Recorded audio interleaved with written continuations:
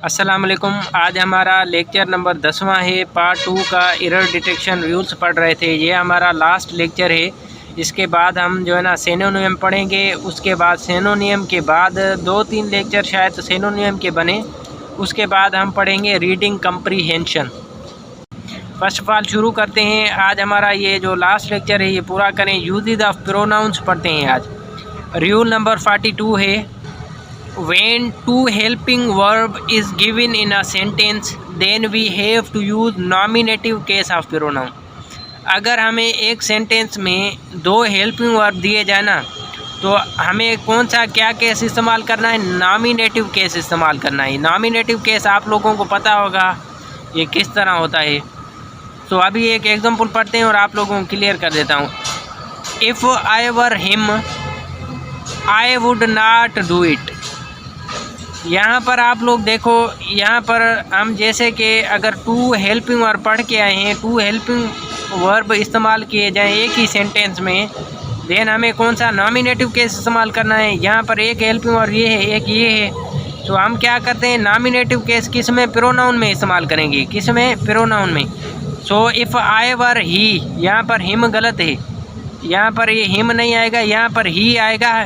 यानी कि ही का नॉमिनेटिव केस हिम का ही है और इसका पॉजिटिव केस जो है ना ऑब्जेक्टिव केस उसका हिज हिम में। ऑब्जेक्टिव केस हिम में और पॉजिटिव केस हिज है। तो आप लोगों ने ये जो केसेस हैं ना ये याद कर लेने हैं। If I were he I would not do it, ये अभी करेक्ट हो गया। यानी कि ही का ये सब्जेक्टिव केस है, उसके बाद ये पॉजिटिव है और ये जो है ना ऑब्जेक्टिव केस है हिम, ही हिज हिम। ये कौन सा ऑब्जेक्टिव? Subjective, positive, objective. इस तरह के जितने प्रोनाउन हैं उन सब के आप लोगों ने केस याद कर लेने हैं। अभी रूल नंबर 43 पढ़ते हैं। When the pronoun is used as the object of a verb or of a preposition it should be in the objective case when the let is used.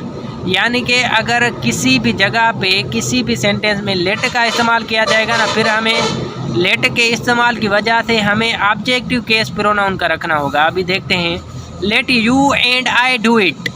आप लोगों को पता होगा जो इसका यू का सब्जेक्टिव केस यू है, positive case your है और ऑब्जेक्टिव केस यू है। यू का ऑब्जेक्टिव केस भी क्या है? यू है। तो आप लोगों ने इस तरह आए का सब्जेक्टिव केस आए है और माई माइन भी इसका जो है ना पॉजिटिव और ऑब्जेक्टिव केस मी है। तो इस तरह के जितने भी हैं आप लोगों ने लाजमी याद कर लेने हैं केसेस। सो अभी एग्जांपल पढ़ लेते हैं। Let you and I do it. यहाँ पर जो है ना लेट का इस्तेमाल किया गया। लेट के इस्तेमाल की वजह से हमें क्या ऑब्जेक्टिव केस इस्तेमाल करना होगा? यू का। यू का ऑब्जेक्टिव केस कौन सा है? यू है। यू का ऑब्जेक्टिव केस क्या है? यू है। यू रख देते हैं। उसके बाद एंड और आई का ऑब्जेक्टिव केस है मी। तो आप लोगों ने यहाँ पर मी इस्तेमाल करना है। Let you and me do it. तो आप लोगों ने जितने भी केसेस हैं वो याद कर लेने। उसके बाद आप लोगों को इस तरह के जो है ना एरर डिटेक्शन आसानी से खुद हल कर सकते हो। तो let you and me do it, ये अभी करेक्ट हो गया। अभी दूसरा नंबर एग्जांपल पढ़ते हैं। These presents are for you and I. तो यहाँ पर भी ऑब्जेक्टिव केस ही इस्तेमाल होंगे। सो यहाँ पर भी कर देते हैं। These presents are for you and me। यहाँ पर भी ऑब्जेक्टिव केस इस्तेमाल किया जाएगा। ठीक है। इस तरह का भी अगर कोई प्रॉब्लम आ जाए ना, दो एक ही जगह पे अगर 2 प्रोनाउन इस्तेमाल किए जाएंगे, वहाँ पर भी लास्ट में ऑब्जेक्टिव केस इस्तेमाल किया जाएगा। These presents are for you and me। अभी ये करेक्ट हो गया। तो अभी रूल नंबर 41 पढ़ते हैं। आइदर आर नाइदर नार is used only in speaking of 2 person. यानी कि आइदर और नाइदर आर नार ये किसके? 2 पर्सन के बीच में इस्तेमाल किए जाते हैं। Any, no one and none is use in speaking of more than 2। यानी कि एनी, नो वन, नन ये जो है ना 2 लोगों से भी ज़्यादा हों। ये आइदर और नाइदर 2 लोगों के बीच में, ये एनी, नन और नो वन क्या है? मोर देन 2 पर्सन के बीच में बात होगी। तो any of these 2 roads leads to the railway station. यहाँ पर 2 रोड्स की बात हो रही है सो आपने इसलिए एनी के बजाय आप लोगों ने आइदर लिखना है, आइदर। ठीक है, either of these 2 roads leads to the railway station.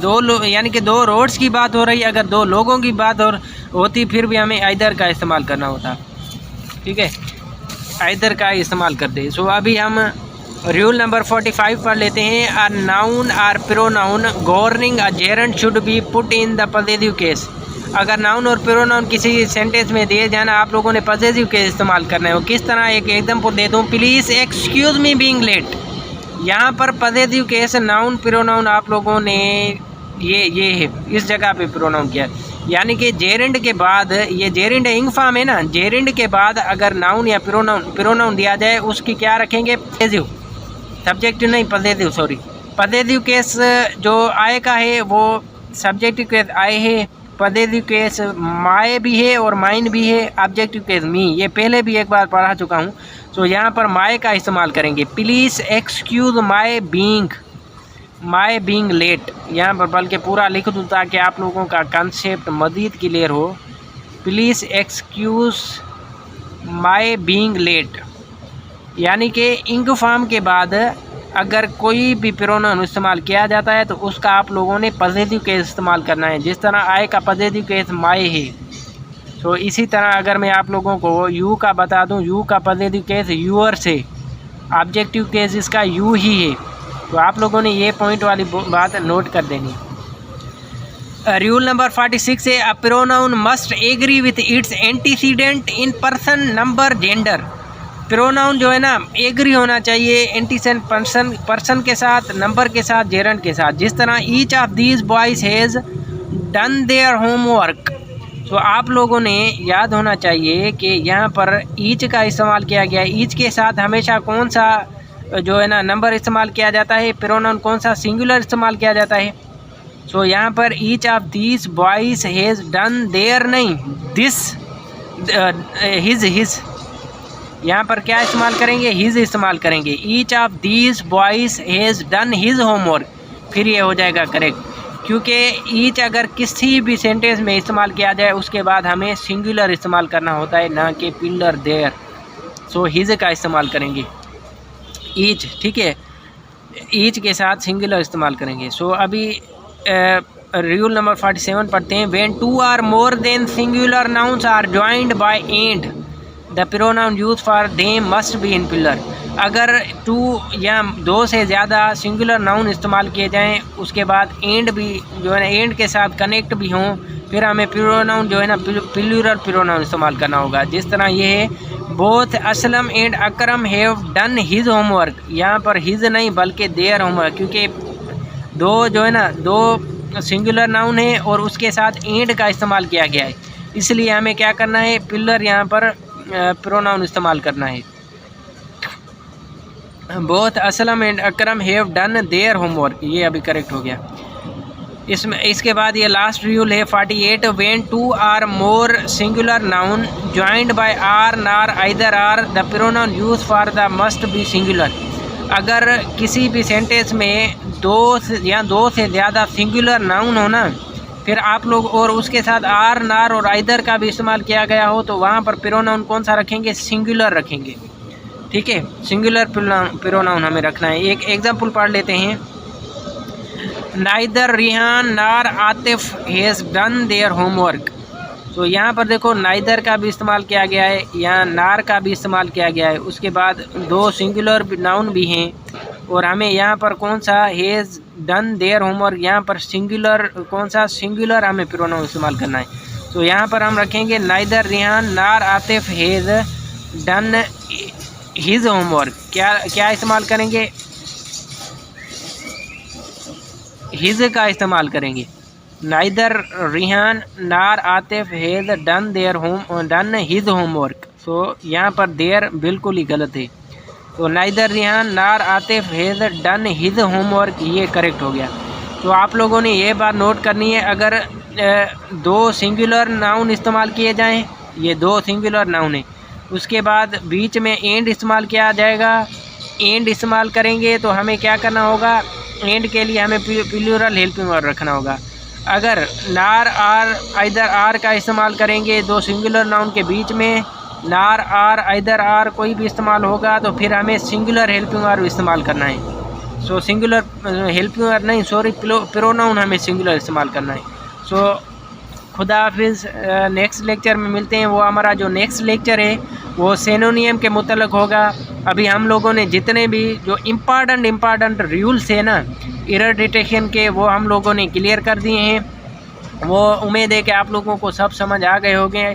अगर किसी ने ये लेक्चर नहीं देखे हैं तो वो दोबारा से मेरे लेक्चर पीछे वाले देख ले, फिर इंशाल्लाह उसको ये भी आसानी से याद हो जाएंगे। ये भी देख ले वो भी, ताकि आप लोगों को मज़ीद कॉन्सेप्ट क्लियर हो सके। सो नेक्स्ट लेक्चर में मिलेंगे, वो हमारा सिनोनिम का होगा। उसके बाद हम रीडिंग कम्प्रीहेंशन पढ़ेंगे। सो अल्लाह हाफिज़।